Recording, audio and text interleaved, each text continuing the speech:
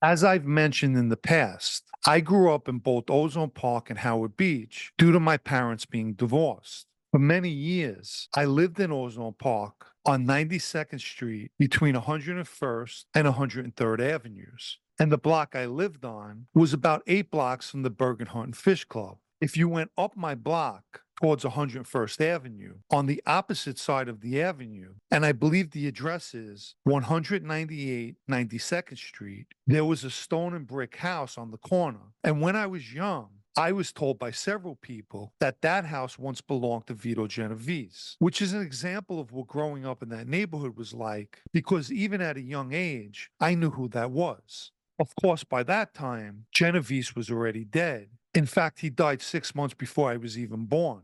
If you look up Vito Genovese's address in Ozone Park, it'll take you a block over on 101st Avenue to 93rd Street, an area which presently sits Elizabeth Blackwell, a junior high school that I mentioned in the Colombo video from the other day. I believe the school was built in 1966, but I could be wrong. And I'm sure prior to that, there were houses and buildings at that location before the junior high school was built. Anyway, I was always fascinated by that house up the block, not because allegedly it belonged to Vito Genovese, but more for its architecture. But it did look like a house a gangster would live in.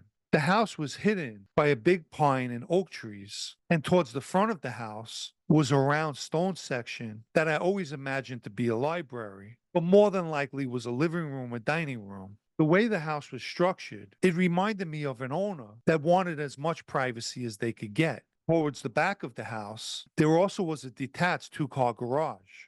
The most interesting part of the house was that for all the years I walked past it, I never seen anyone coming or going. I used to tell myself, I'm going to buy that house one day. Unfortunately, the house has since been demoed and a building erected in its place. I honestly don't know if Vito Genovese really lived there, although I like to think he did.